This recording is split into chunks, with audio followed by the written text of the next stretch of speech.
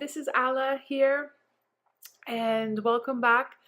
And this video, I wanted to share about our second IVF attempt and how that played out.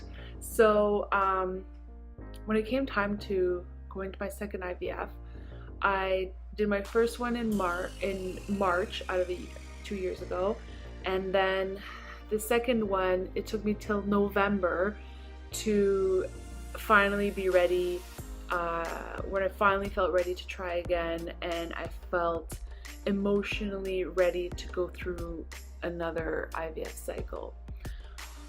So our second IVF cycle happened in October-November 2017, and our doctors, they decided that we should try the exact same protocol again, since the way that I reacted the first time to the hormone stimulations. So I continued through this process to go through my weekly meditation classes, and doing the daily meditations as well on my own in the mornings and before bed every single day.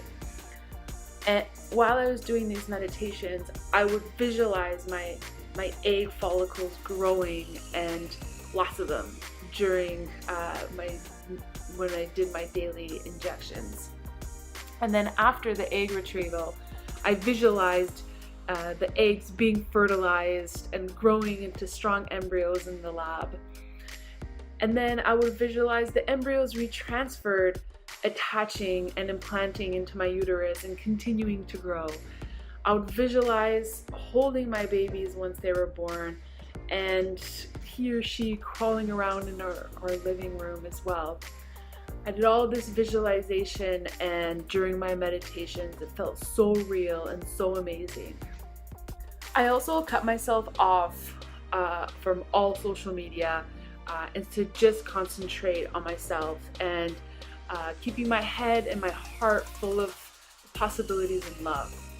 We didn't actually share anything about going through our IVF attempt with anybody, except with close family and a few friends.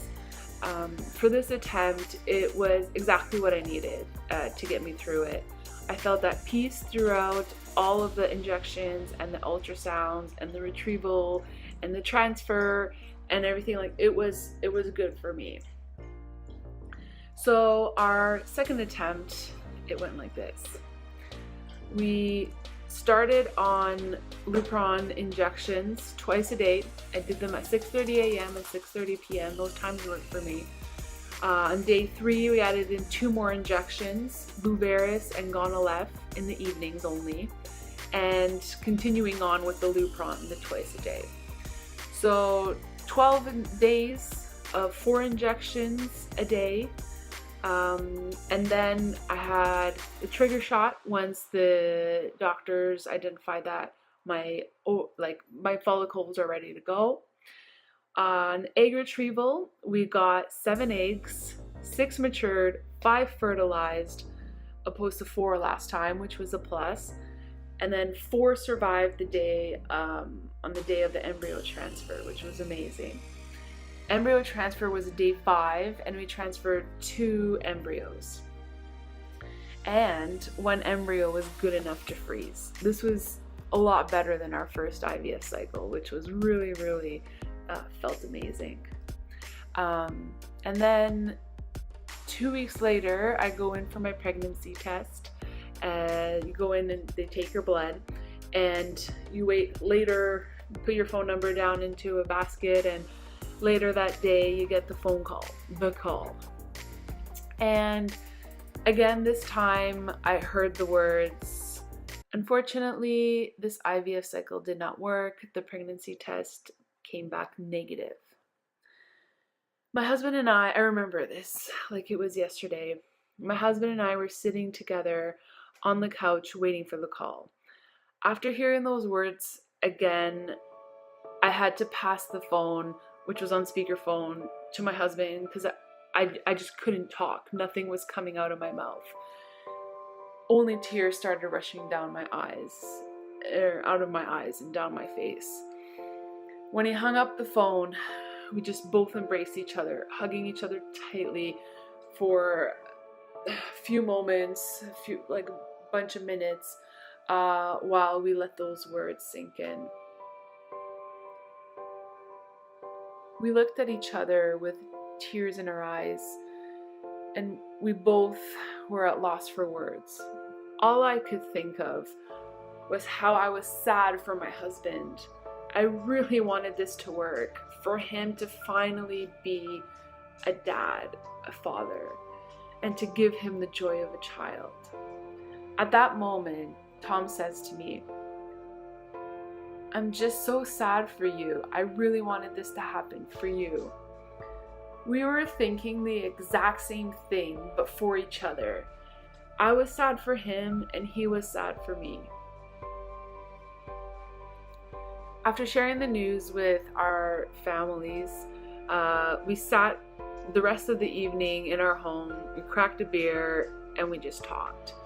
I realized not keep your feelings inside, because he might be feeling the exact same thing as me, and we can work through our feelings and everything together. But the good news was, at that point, is that we had a little frozen embryo waiting for us. We haven't decided yet when we would do go through a frozen embryo transfer, but we did know it would be early 2017. 18. We were trying to decide if we wanted to do maybe some extra tests. We heard about this ERA test. It was endometrial receptivity analysis. But then do we want to spend an extra $1,500 to do this test, which may or may not give us any additional information? There's a lot of questions to be asked. And that was the end of our second IVF cycle. So the lessons learned from that moment is, get off social media if you need to. If you find yourself going on and getting upset or not feeling right when you're seeing other posts about with children or families, just remove that while you work on yourself and while you are figuring out how to center yourself back and get yourself back to the woman or the man that you're meant to be, that you want to be. And because nobody wants to feel sad for your friends and family as well when they're going through something that's so joyful that you want so much, but somehow it makes you feel bad. Like that's not nice at all. And so in the meantime, while you're working on yourself, just remove those triggers for you, and do what's good for you. Do what makes you feel good, and you'll get to a place, I promise. It's not going to be overnight. It's practice, and it's continuously doing various things mentally, preparing yourself to be strong, and you will get to a point when you can look at pregnancy announcements and families going out and doing things and be genuinely just happy for them. Even though it's not happening for you yet, you can get to a point where you can just feel joy and love, and that's the most wonderful feeling in the world. So we'll end here for now, and I will see you soon. Thanks for watching.